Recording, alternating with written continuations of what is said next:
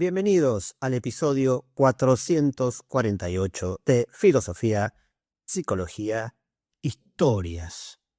Hoy vamos a hablar de Freud y su estudio sobre Leonardo da Vinci. Y no para juzgar a Freud respecto de este estudio tan polémico a los ojos de nuestros días, sino para testimoniar algo que ha sucedido en lo que es la historia de la psicología.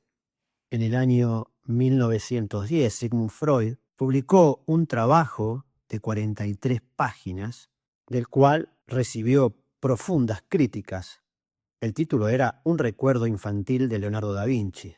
En él Freud pretendió hacer una investigación del carácter erótico de Leonardo y de su influjo en aspectos varios de su obra y de su vida, a partir de un recuerdo infantil del maestro, anotado en sus cuadernos en el dorso de una página llena de observaciones sobre el vuelo de los pájaros. El texto es el siguiente. Parece como si me hallara predestinado a ocuparme del tema del milano. El milano es un ave. Pues uno de los primeros recuerdos de mi infancia es que, hallándome en la cuna, llegó un milano y con su cola me abrió la boca y me golpeó varias veces con esa cola en el interior sobre los labios. Freud se basó, aunque conocía el original, en la traducción alemana de Herzfeld, quien atribuyó buitre en la palabra nivio, que en realidad significa milano, que si bien no es un buitre, es un ave rapaz. La diferencia con el buitre es que el buitre come animales muertos, mientras que las aves rapaces las capturan.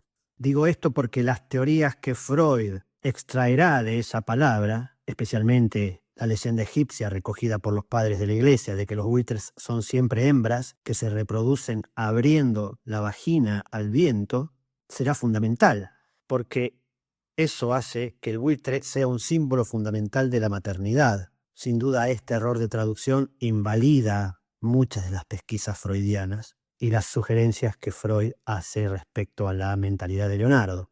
Sabemos que Freud muchas veces exageraba y extremaba sus ideas para tratar de dar un poco de luz y abrir caminos vedados hasta entonces en la comprensión de un tema. A Freud le atrajo mucho este Leonardo, al que él llama grande y enigmático. Desde 1898 el nombre de Leonardo aparece en las correspondencias de Freud, y en 1907 declara que entre sus libros favoritos se halla una biografía novelada de Leonardo que escribió el ruso Dmitri Merezhkovsky, que recomiendo si no la han leído. En español se llama El romance de Leonardo da Vinci y fue publicado en Moscú en 1901. Freud conoce y cita también esta biografía tanto como la de Vasari, además de visitar en el Louvre, en París, sus cuadros favoritos.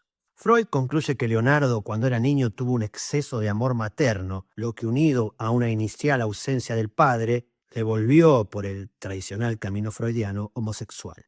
El momento más pleno de la libido leonardesca estaría en los besos y mimos que su madre le prodigó en la cuna, la cola del buitre entre los labios, lo que llevó al artista a una temprana indagación sobre su sexualidad, que, unida a la madre, le llevaría a la competencia con el padre.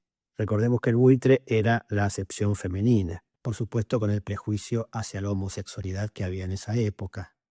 Pero Freud dice que como Leonardo canalizó sus impulsos libidinales hacia el afán de saber, su erótica será una disposición homosexual y se manifestará en formas de pederastía ideal, que si bien Leonardo no practica por su afición a las investigaciones, además, su deseo de poder volar para Freud también tiene un origen sexual, porque atribuye que soñar con volar significa un cumplimiento del instinto erótico. Su identificación con el padre, en tanto que artista, es decir, progenitor de sus obras, lo lleva a no concluirlas, pues su padre no se había ocupado enteramente de él. Sabemos que Leonardo siempre tuvo dificultad en concluir sus obras. Mientras otros hacían un retrato en una semana, él tardaba 8 años, por ejemplo, como en la Mona Lisa. La cola del buitre en la madre era naturalmente una felación. Reiteramos que Freud era escandaloso y exageraba, tanto en errores como en aciertos, para tratar de llamar la atención sobre sus obras, para que se puedan discutir. La pregunta histórica sería, ¿pudo tener Leonardo un exceso de cariño materno Sabemos que Caterina, que era el nombre de su madre, a la que él llama Caterina y no madre en las pocas veces que dejó constancia de ella en sus escritos, no hay por qué creer que esta mujer no amase a su hijo, pero no ha sido por mucho tiempo, porque en el censo de 1457, es decir, cuando Leonardo tenía 5 años, él se vivía en la casa de su abuelo paterno. Vivió mucho más cerca de su padre que de su madre, aunque es posible que su padre no le prestase atención, pero no lo sabemos. Sí que vivió cerca del amor de 2 mujeres, que serían unas especies de madres interpuestas, su madrastra, que no tuvo hijos, doña Alviera, y su abuela paterna, Lucía.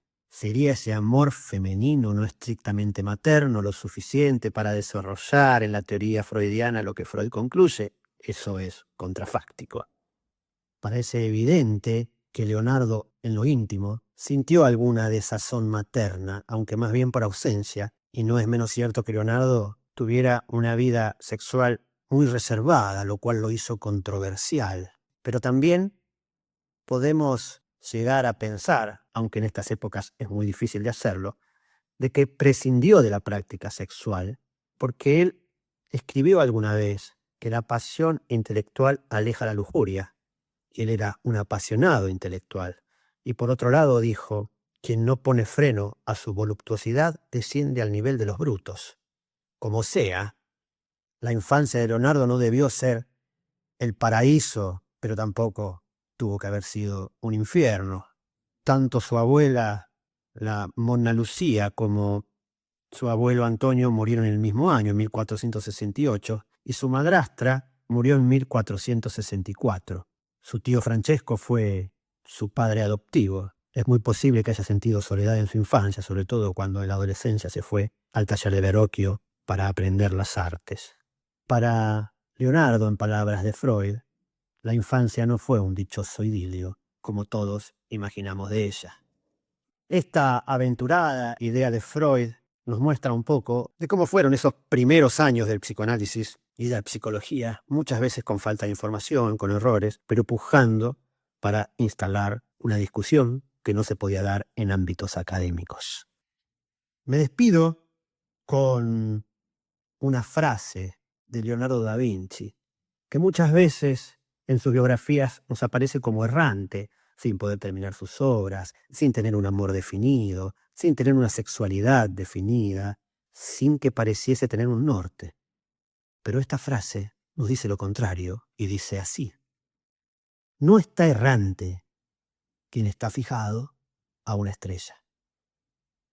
Gracias por haber llegado hasta aquí. Te pido que, si te pareció interesante este episodio, pongas me gusta, compartas, comentes. Si quieres que hable sobre algún episodio en particular, puedes dejarlo en los comentarios. Y también, si quieres profundizar acerca de los misterios del pensamiento humano, te invito a adquirir mi libro Hacia la filosofía de la libertad, que está disponible en Amazon y en Mercado Libre. Gracias y hasta el próximo episodio.